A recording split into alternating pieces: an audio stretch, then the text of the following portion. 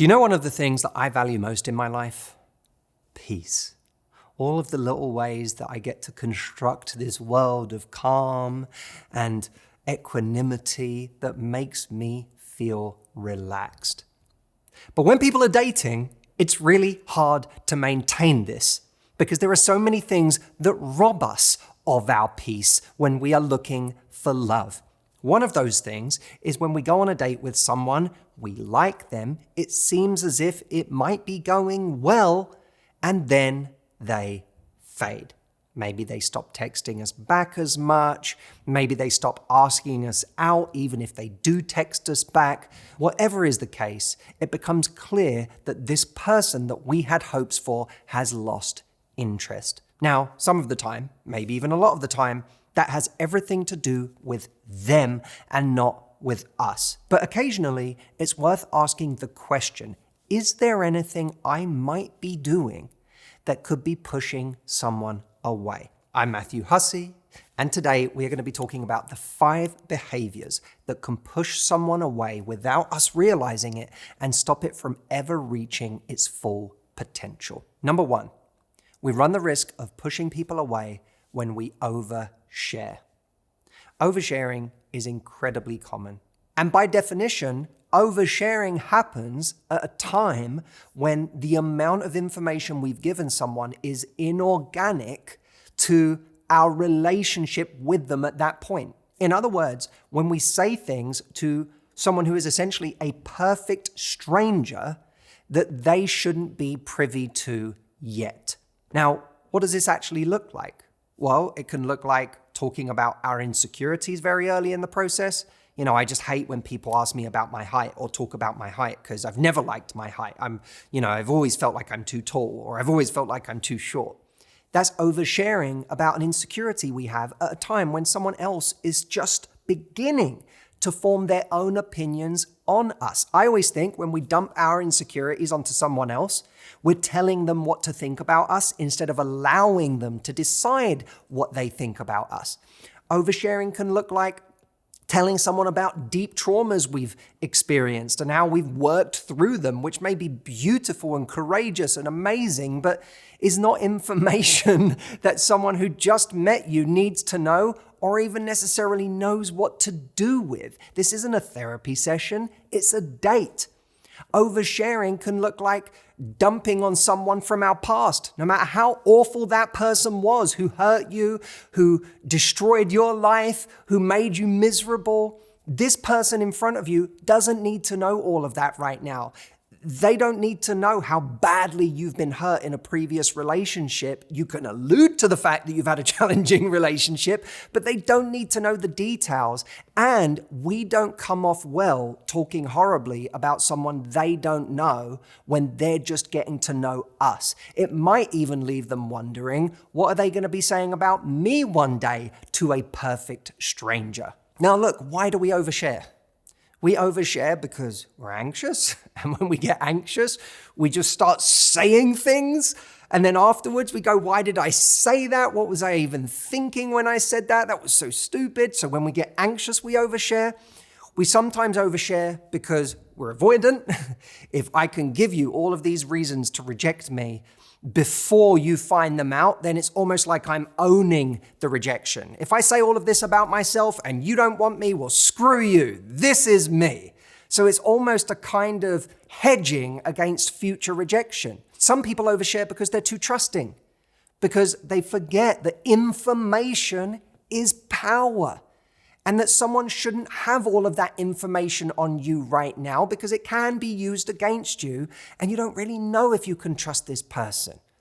Some people overshare because they've been living in a certain world for a long time, like therapy, and it's very normal for them to talk about their traumas and the way they're healing, and they don't realize that this is a different context. This is a date, not a therapy session, or their best friend who they're talking about their therapy session with.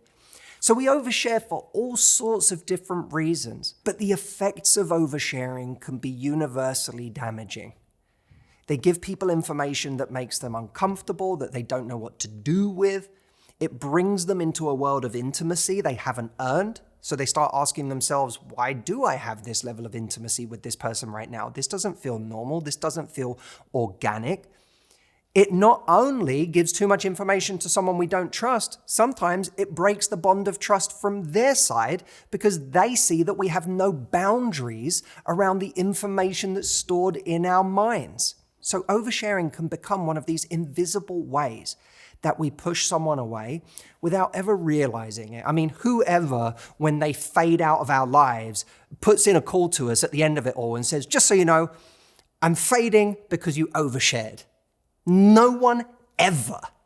So it's not like this is feedback we're ever going to get from anyone, but it is having an effect nonetheless. And unfortunately, when it comes to oversharing, it's often worn as a virtue by the people that do it. I'm just being me. I'm just being honest. I'm just being authentic. But oversharing is not the same as authenticity. The second way we push people away without realizing it is through negativity. Now, I want to make something very clear. I'm not, when I talk about negativity being a bad thing, advocating for endless, relentless positivity that finds its way into every conversation, no matter what someone says. We have been going through the wildfires here in Los Angeles, and a very helpful video my friend Dr. Ramani put up during these wildfires was advice on how to support people who are going through the wildfires. And she said, if you're speaking to someone who has lost their home, talking to them about how lucky they are to still be alive and to have their family, and that's what's important, might not be the best place to go for someone who's just lost, in their mind, everything. That, as she describes it, is a form of toxic positivity, right? So positivity all the time is not necessarily what is called for, especially when we're trying to connect with people in the things that they're going through. But I think of negativity more broadly as the way that we leave people feeling after we've left them. When they leave us, do they feel like life is a little better? Do they feel a little happier? Do they feel a little lighter? Or do they feel like their lens of the world is dimmer? You know, sometimes negativity takes the form of saying deeply negative things. Other times, negativity can look really innocuous on the surface. It's being the person that every time someone meets up with us and asks us how we are, we say, oh my God, I'm just so busy. There's just so much going on. It's just like, I don't know, I can't catch my breath right now. If that's the energy we bring to someone every time we meet them, at some point that's going to have an effect. It's also true that positivity doesn't mean always finding the bright side. Positivity can just mean bringing a certain kind of energy to a situation. I was reminded of this during the wildfires here in LA when a friend of mine, John Turteltaub, a movie director whose movies many of you will have seen and love, was being interviewed outside his house, which was literally one of the only houses still standing in the neighborhood, by the grace of a neighbor who had fought the fires all night to protect it. And amidst this chaos and tragedy, and him and his family worrying that they had lost everything or were going to lose everything, there was still a chance that their house was going to catch fire. They were not out of it and in the clear. He gave an interview because there was a cameraman nearby and an anchor who ran up to him and was like, can we get your thoughts? And amidst all of this sadness, he not only expressed how hard it all was and how terrible it all was, he also managed to make the people behind the camera and in front of the camera laugh. And he did this because he saw that there was something behind the camera that the cameraman should be shooting and wasn't.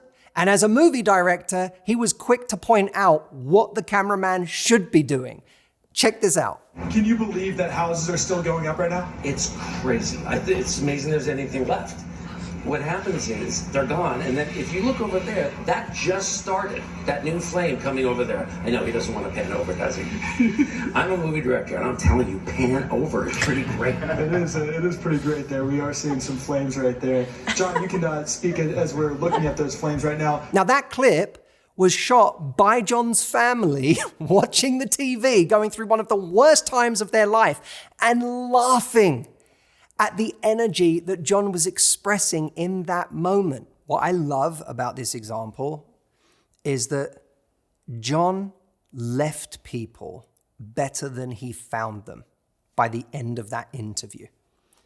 By all rights, that should have just been an incredibly sad interview. But John, being John, is experiencing one of the worst moments of his life with his family and has a moment of lightness. And that moment of lightness does not come from him talking about the bright side of what they're all going through. It comes from John injecting his playfulness and his wit into a situation where no one expected it. It came from him leading. And by leading with that energy, he made the guy holding the microphone laugh. He made the cameraman laugh. He made his family, who were going through the worst time of their lives, laugh watching him on TV. And it made the rest of us who were watching that interview laugh in a moment where so many people were crying. So he led with his energy. And that's the part that it's worth all of us looking at ourselves and saying, am I default negative energy or default positive energy? Am I leaving people better than I found them? And I find that, by the way, much more descriptive in some ways than am I a positive person? Because when we think positive, we think we have to say positive things all the time or always show people how to look on the bright side. But when I think of leaving people better than I found them, I simply think of the energy that I bring, sometimes without words at all, that leaves someone better off. By the way, before we get on to point number 3, you'll notice that so much of this is about how we choose to connect with another person that we hope to build a relationship with. And there are lots of wrong ways to connect and some really amazing ways to connect that maybe aren't our default right now. So before I get on to point number 3, 4, and 5, I want to tell you that if you want better ways to connect and you're wondering, what do those look like for me? I have a tool for you that you can use right now. It's called Matthew AI, and you can go and ask it any question you want about dating, about love, about how you come across. You can role play things. You can literally ask Matthew AI any question you want for free right now at askmh.com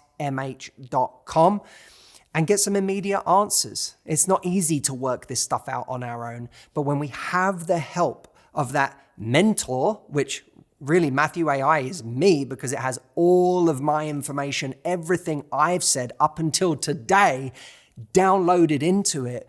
You're getting the best advice and personal tailored advice for your situation. In fact, I literally had someone send me this email just a couple of days ago. I wanted to drop you a message about Matthew AI. I had a truly awful experience with a man I'd been chatting to intensely for several weeks before we met. I sought comfort in lots of friends, but also reached out to Matthew AI. The response was brilliant. It's a very clever tool, and it actually did make me think more positively after. I was blown away at how clever it is and how it actually really did make me feel less rubbish about myself. So thank you. You've clearly put a lot of effort and Minecraft into it, and it has paid off. Well done. So if you haven't tried Matthew AI yet, go check it out at askmh.com. You can text it or call it, whatever suits you. All right, let's move on to number 3. The third way that we can unknowingly push people away is by drinking too much. This one is going to be a pretty short point, but it is so common to have one too many drinks on a date because we're trying to calm our nerves, or just because we're in the habit of doing that, or because it feels like the thing to do, or because we're trying to keep up with someone else who we shouldn't be trying to keep up with. And somewhere between drink 1 and 4, we become a different version of ourselves.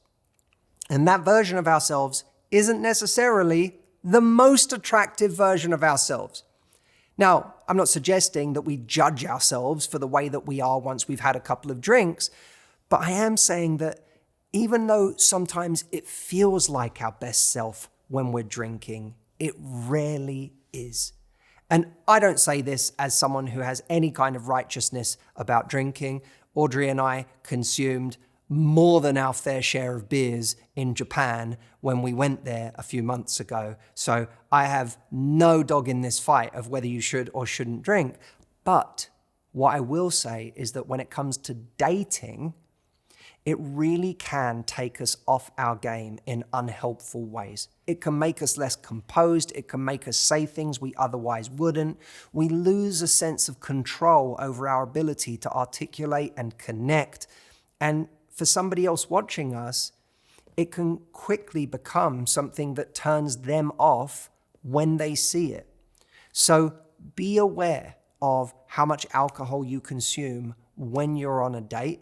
And it's a great advertisement for having daytime dates where you don't have that pressure to drink, unless you live somewhere like London where people are just pirates who drink all day in pubs, especially if the sun is shining. But even then, you could do something else. The fourth way we push people away without realizing it is by having too much intensity. Now, there's different types of being too intense in dating. Let's explore a couple of them. The first one is with excessive neediness. Following up with someone, do you miss me? Why haven't you texted me back? I haven't heard from you. What's going on? Demanding a level of attention and investment from someone that we barely know based on this idea of where we want it to go. In a way, it's kind of like we're not really reading the situation or measuring the true nature of the situation. Instead, we're chasing after something that we want to happen. And in the process, we become the intense one who is doing the chasing. Another kind of intensity is over-familiarity.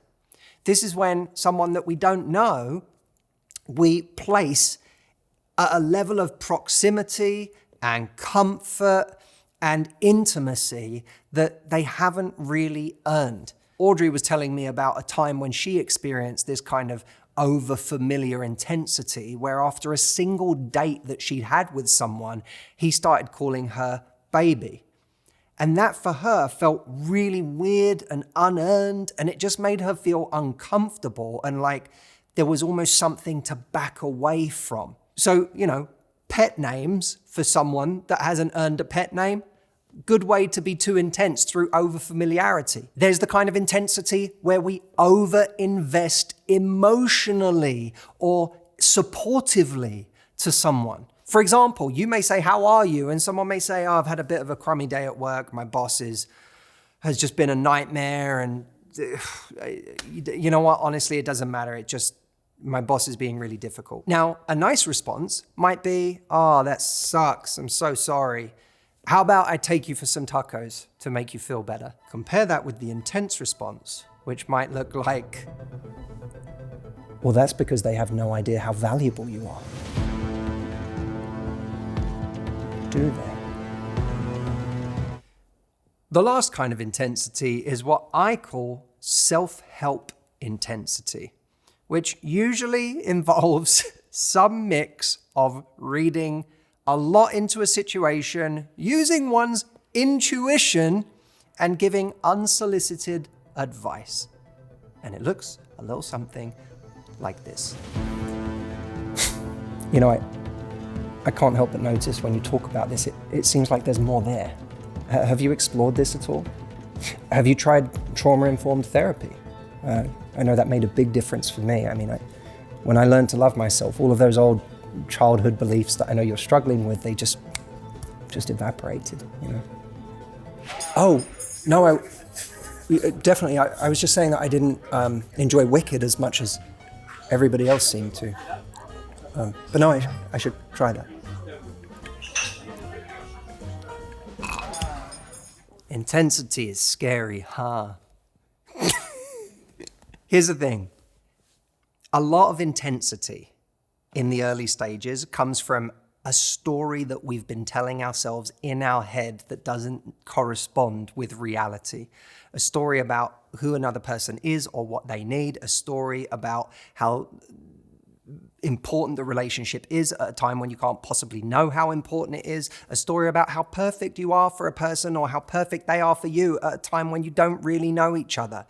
The answer to intensity is presence. Because when we actually get present with the person in front of us and the stage that we're at, our words and our actions will be a direct mirror of what's actually going on, not the story we've told ourselves. The fifth and final, yes, we've made it to the final one in this video, thing that pushes people away without our noticing is when we don't listen. This is such an obvious point that it feels like it doesn't even need to be said, and yet the true art of listening is lost on so many of us, including me, when we're in conversation with people, and it's lost for a number of reasons. It can be lost because of anxiety, because we're waiting for our turn to speak, not out of any sense of not caring, but out of a sense of, oh my God, am I going to say the right thing? Am I keeping this person interested? Am I engaging right now? Am I doing a good job? And when we're in our head thinking of those things, we live on the outside of the conversation looking in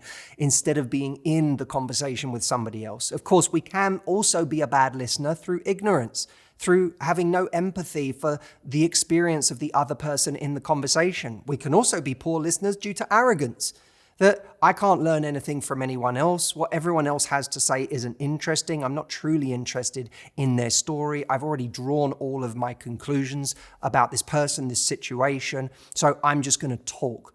And of course, not listening can also be a sign in some cases of narcissism. The only words that need to be heard here are mine, and the only thing that's really important to me is impressing you with how great I am, and I can't do that when you're speaking.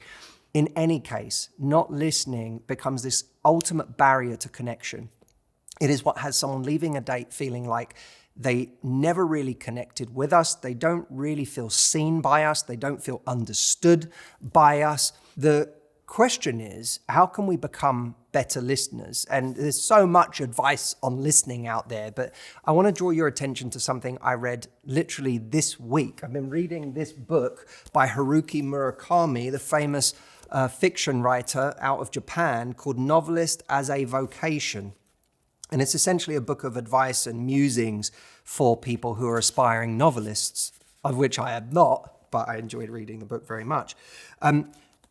There was something he said that really stuck with me, which is that in a somewhat self-deprecating way, he talks about how he's not bright enough or quick enough to draw fast conclusions about things, and that he just sort of has a way of observing the world without coming to conclusions. And that behavior, that way of going through life actually serves him as a novelist, because if you were to come to conclusions too quickly, that would make a bad novel, right? But a great novel is one where conclusions are arrived at somewhat slowly at a different pace.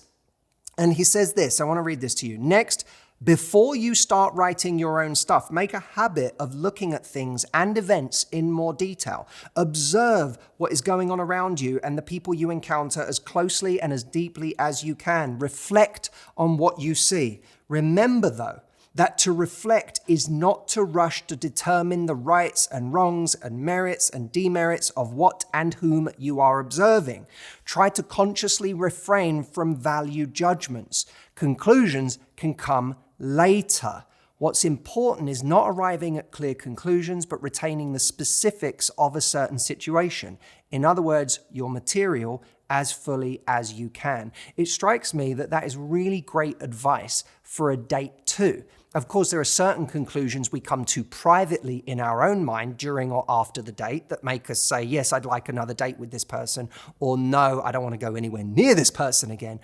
But when it comes to the art of conversation, drawing conclusions quickly becomes a barrier to getting to know someone. For example, if someone tells you about time they went through last year because of something that happened in their life, and immediately your thought is, oh, I know that pattern. They did that because they're this kind of person who has lived this life, and that's drawn them to the place they are today. And now you start assuming all these things about this person that may be right or wrong, but certainly, even if you're right, aren't going to make that person feel heard.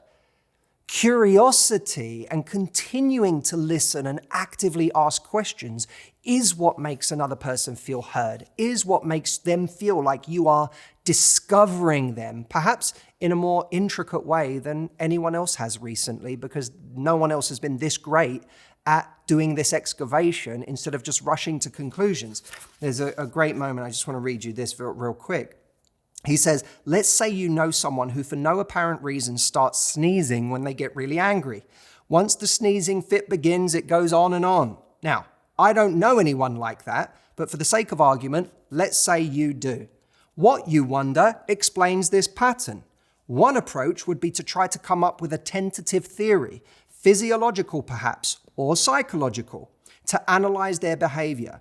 My brain, however, doesn't work that way. I think, wow, people like that exist, and leave it at that. Now, I'm suggesting you go one step further in the little novel that you're writing on a date and suggest that the character in front of you is going to give you some information. Great listening is not assuming everything about what that information means, but continuing to encourage the arc of that story, of that character, to a point where A, you get to know them much better as a result, which allows you to decide whether to go on another date with that person, and B, makes them feel truly listened to, which is one of the most miraculous things in helping you stand out. So what about you? Having heard these 5 things, is there something that you've either done yourself or seen in your friends and family that unconsciously pushes people away in dating and ends things before they need to end? Leave a comment, let me know. I'd be curious to know what you would add to this list. And do not forget to check out Matthew AI. You can ask it questions like, what should I do on a first date? What are the kinds of conversations that make for really attractive conversations? You can even ask it for specific scripts, or ask, what can I do to recover the attraction after a date if it seems like it's been lost? You can ask it literally any question you could conceive of. Go there now and check it out. And by the way, if you're wondering what prompts you could ask Matthew AI, in the description below, I've got a little list of prompts to get your mind working on the ways that you could make it valuable to you. So check those out in the description below and go to askmh.com to ask your question now. Thank you so much for watching as always. It's been a pleasure. I will see you next time. Oh, wait, before you go, if you want a video that will pair extremely well with this one, like a fine cheese, then you need to go here next. He doesn't want to pan over, does he? David, I am telling you, I'm a very well-known YouTuber. You need to pan over.